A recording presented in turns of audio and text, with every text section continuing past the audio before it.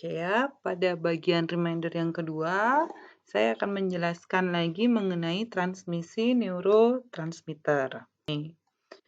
Tadi sudah dijelaskan bahwa pada sinaps ganglion, di sini sama-sama reseptornya adalah reseptor asetilkolin, tapi sifatnya yang nikotinik. Nah, yang membedakan itu adalah pada reseptor pada sinaps efektor, di mana pada parasimpatik yang berperan adalah neurotransmitter asetilkolin akan berikatan dengan reseptor muskarinik. Nih, sedangkan pada sistem saraf simpatik, nanti neurotransmitternya adalah norepinefrin akan berikatan dengan reseptor adrenergik.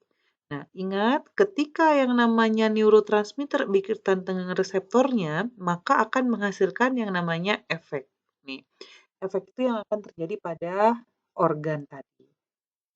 Nah, bagaimana secara sederhana? Secara sederhananya tadi di dalam sinaps efektor tadi akan dikeluarkan neurotransmitter. Neurotransmitter menempati reseptornya akan menghasilkan efek. Itu secara garis besar. Tapi kalau dilihat, dari mana neurotransmitter itu timbul? Neurotransmitter itu diproduksi. Ada yang diproduksi langsung di dalam, umumnya diproduksi di dalam sel saraf, ya. Ini adalah sel saraf terakhir yang akan berhubungan dengan organ efektor, sel saraf terakhir. Sebelumnya juga ada sel saraf sebelumnya. Nah, pada sel saraf sebelumnya juga reaksinya sama seperti ini. Nah, nanti ada senyawa yang diambil atau yang namanya direuptake. Nah, nanti direuptake apa yang terjadi? Nanti senyawa-senyawa ini akan diubah menjadi neurotransmitter. Di mana? Di dalam sel saraf. Jadi tadi ada bahan-bahan dari luar saraf, diambil masuk ke dalam saraf, nanti dilakukan proses yang pertama. Dilakukan proses sintesis neurotransmitter di dalam sel saraf. Nah, proses yang berikutnya, neurotransmitter yang sudah dihasilkan tadi disimpan di dalam vesikel. Nih, nomor 2.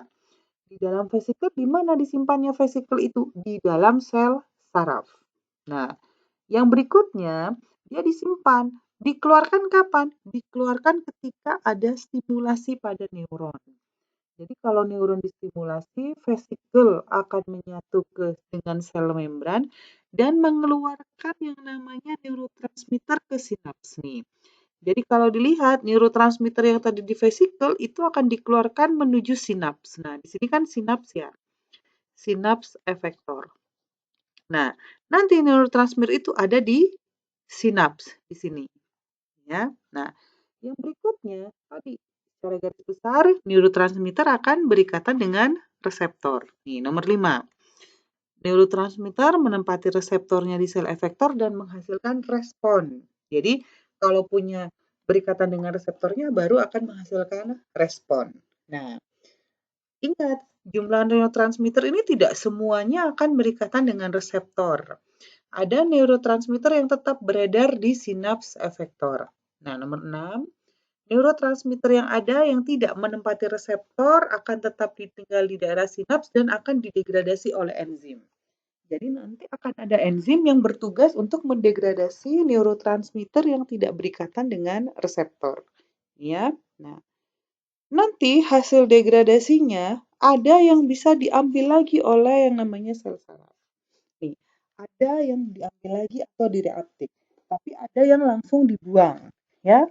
Tergantung dari nih. Nah, itu adalah secara sederhana bagaimana transmisi impuls saraf. Nah, sekarang saya akan jelaskan untuk transmisi impuls saraf untuk sinas efektor pada sistem saraf apa ini? Parasimpatik. Nih. Ingat, pada sistem saraf parasimpatik, sinaps efektornya itu adalah apa tadi? Asetilkolin akan menempati reseptornya reseptor asetilkolin kolinergik yang muskarinik. Nih. Tahap pertama tadi apa? Pembentukan dari asetilkolin. Ingat, asetilkolin dibentuknya di dalam sel saraf. Siapa yang membentuk? Yang membentuk adalah enzim asetil-CoA Ya, dari siapa? Dari kolin, asetil-CoA esterase, ya, dari kolin dan asetil-CoA nanti akan dibentuk menjadi asetilkolin di sini. Ya, tahap pertama adalah sintesis asetilkolin. Dari apa? Dari kolin dan asetil-CoA. Yang tahap kedua, setelah asetilkolin dihasilkan, dia akan disimpan ke vesikel. Nih, tahap kedua. Nanti disimpan di vesikel gunanya apa? Untuk mencegah terjadinya degradasi. Degradasi oleh sel saraf yang ada di sini, yang ada senyawa-senyawa yang ada dalam saraf tadi. Nah, baru ingat yang berikutnya, kalau ada stimulasi, baru nanti asetilkolin dikeluarkan ke sinaps efektor. Jadi ini adalah sinaps efektor. Nih. Nanti asetilkolin dikeluarkan ke sinaps efektor. Nah, yang berikutnya asetilkolin yang ada di sinaps efektor tadi berikatan dengan reseptornya, maka akan menghasilkan efek. Kalau misalnya di sini usus, apa yang terjadi? Kalau asetilkolin menempati usus, terjadi peningkatan peristaltik usus. Karena asetilkolin umumnya menyebabkan kontraksi.